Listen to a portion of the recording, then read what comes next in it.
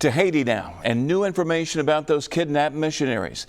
The gang that has them says they will kill all of them if their demands aren't met. The gang's leader posting a video on social media saying, and we quote, "I swear by thunder that if I don't get what I'm asking for, I will put a bullet in the heads of these Americans," unquote. The gang is asking for $1 million for each of the missionaries. 16 Americans and 1 Canadian were abducted along with their Haitian driver last weekend. Last night, I talked with Senior Pastor John Breland of South Coast Church here in Mobile. He's been to Haiti several times on mission trips. As many of you know, the situation in Haiti is dire. Missionaries have been kidnapped recently, and now the kidnappers are demanding ransom of $1 million per missionary. The senior pastor at South Coast Church, John Breland, has been to Haiti on mission trips before. He joins us now to talk about the situation. John, thanks for being with us. Yes, glad to be here, Byron. Pastor, let me know, first of all, when was the last time you were in Haiti?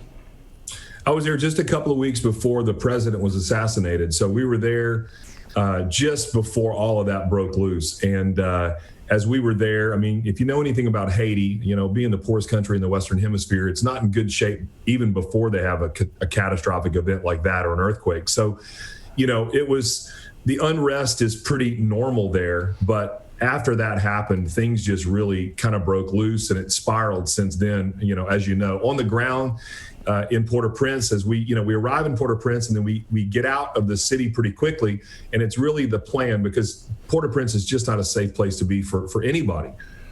So we kind of make our way out pretty quickly. But a lot's happened since we were there, that's for sure. Well, Pastor, the State Department says, and they have advised Americans not to travel to Haiti. It's a level 4 do not travel situation. Why do you think these missionaries were there, or did they get trapped there? Well, you know, it's possible they did. We traveled under the similar circumstances when we were there.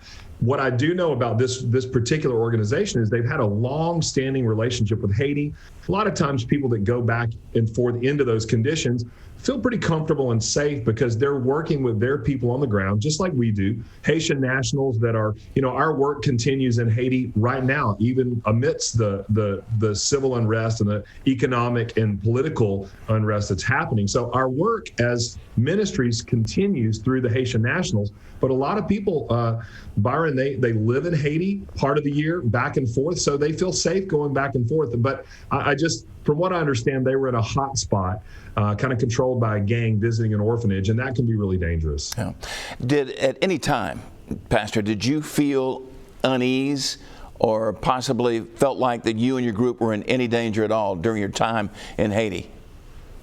I'd say 8 years ago when we first went, there was a little bit of a hesitation, but we do so much pre-work on the ground before we take teams, so we feel pretty confident when we go. But I will tell you, we went in June of this year, and just knowing that the threat level was as high as it was, we were very careful about going in and going out. So yeah, there was a little bit of concern. My family was concerned, but thank the Lord we were in and out and were able to do the work that we needed to do quickly and get back safely.